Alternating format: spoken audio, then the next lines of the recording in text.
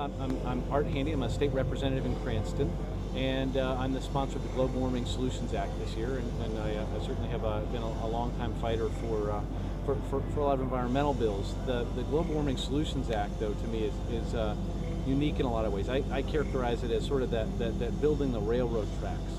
What the bill does is it calls for a 20% reduction in carbon emissions by 2020 and an 80% reduction by the year 2050. That works out to about 2% a year. What I mean by the railroad tracks is what we do is if we pass that kind of bill, those kinds of standards, it shows the business community, it shows investors, it shows venture capitalists that Rhode Island is serious. We're going to get the investment that we need. We can become nimble, really turn ourselves more towards a green economy. So it's got an economic benefit as well as a clear environmental benefit. One of the other great things about it is there's federal legislation that's still pending. Unfortunately, this year Lieberman-Warner, which is the version of bill, did not get too much further on the debate, but that is going to be passing. Something along those lines, like carbon cap and trade, something along those lines will be passing. And what we're going to see, what we saw as an amendment in that bill this year that had the bill passed this year would have been in it, is incentives for states like Rhode Island that act early. We'd be right now, Connecticut's already done it, California's done it, New Jersey's done it, Hawaii's done it, Washington's done it. Mass is considering it. We need to jump on this and do it now. So what I'm looking to see is one of the challenges, of course, is that to be an early actor, you have to act early. So I'm really looking to see folks really act, contact legislators, contact decision makers like myself, and let us know that this is something you agree with, that you know that we need to act now to be out in front, to be a leader on the green economy that's going to come up. The next 100 years, what we're going to see is green jobs and a green economy, and that's where people are going to make money. That's where jobs are going to be created, and those are the kinds of jobs that can't get exported overseas. People that install solar panels, it's not like you can export that. People that run windmills, people that help make sure homes are energy efficient and insulated. Those and people that hopefully will be able to retrofit cars to make them more energy efficient, to maybe make hybrids, plug-in vehicles, to all those kinds of things. That's not something we can export. So what I'm looking to see is us really take the bull by the horns there. Whatever metaphor you want to use, and act. When we build those railroad tracks that I'm talking about, you'll see that investment come. You'll see the kinds of things happen, and we'll all be better off for it. Or do you think that given the current state of the budget in Rhode Island, that with sufficient public pressure, that there would be sort of a reassigning of priorities on the part of our lawmakers? Is that going to be a very hard sell? Well, one of the great things about this legislation I have is it has no fiscal impact on the state budget. There is a cost. What we're going to see is that the big emitters are going to need to pay, and that obviously does pass down to us. But in the end, I've seen a back of the napkin kind of figure saying that, like for an average driver, it works out to something like 12 cents a year. So I mean, that's a fee to sort of make things happen, to get all the stakeholders to the table.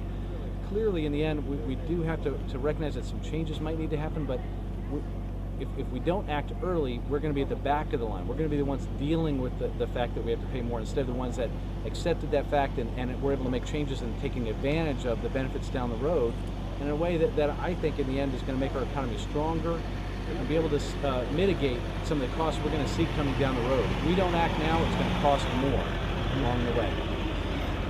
Lastly, recently you were involved in bringing Richard Heinberg to the State House, and I was wondering about your response to the idea of peak oil, a peak in global oil production, and the fact that we may be, as some experts say, at or very near the peak, and what does that imply in your estimation for the Rhode Island economy? Well, there's some really sobering facts in the end when we get to the concept of peak oil is something that I'm relatively new to, but it's straightforward. When we get to the point where our production amount, when the amount of oil we're able to pull out of the ground isn't as much as people need, prices go up and up and up, and that's what we're seeing right now. Whether we're at peak oil or not, we're seeing expensive oil, and that's not going to go down because of the fact that we are. I think we're either at or near peak oil.